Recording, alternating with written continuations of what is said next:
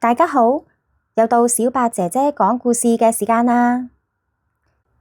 喺故事開始之前，提提大家記得訂閱我哋嘅頻道啊！小白姐姐講故事。今日我要分享嘅呢本圖書名字叫《恐龍怎麼吃東西》。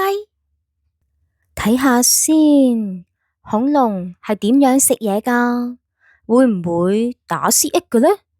又或者發出奇怪嘅聲音，掛住喺度玩？又或者會唔會將啲麥皮淨係食少少，仲將個杯倒到好遠，整到周圍都係，要人哋幫佢執呢？抑或會唔會喐嚟喐去，好唔耐煩㗎？還是係會將啲意大利粉倒瀉晒呢？抑或係同你互望住你唔食嘢？恐龍係點樣食嘢嘅呢？會唔會淨係咬一啖花椰菜就唔肯食呢？又會唔會咕嚕咕嚕咁樣飲牛奶嘅呢？會唔會將啲豆塞喺個鼻哥入面㗎？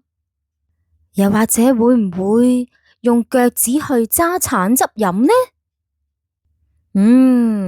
通通都唔係啊！原來佢都會好安靜咁坐好㗎，亦都會講請同埋多謝你㗎。佢會開開心心咁樣食晒所有嘢，佢亦都會嘗試食一啲新嘅嘢㗎。佢可能會細細咁慢慢咀嚼，好有禮貌㗎。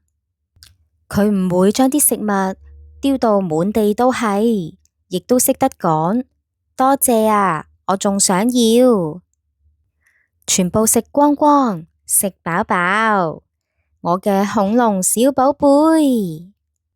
小朋友，故事就講到呢度啦。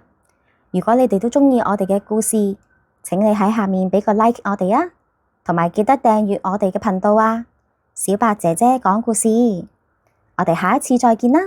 拜拜。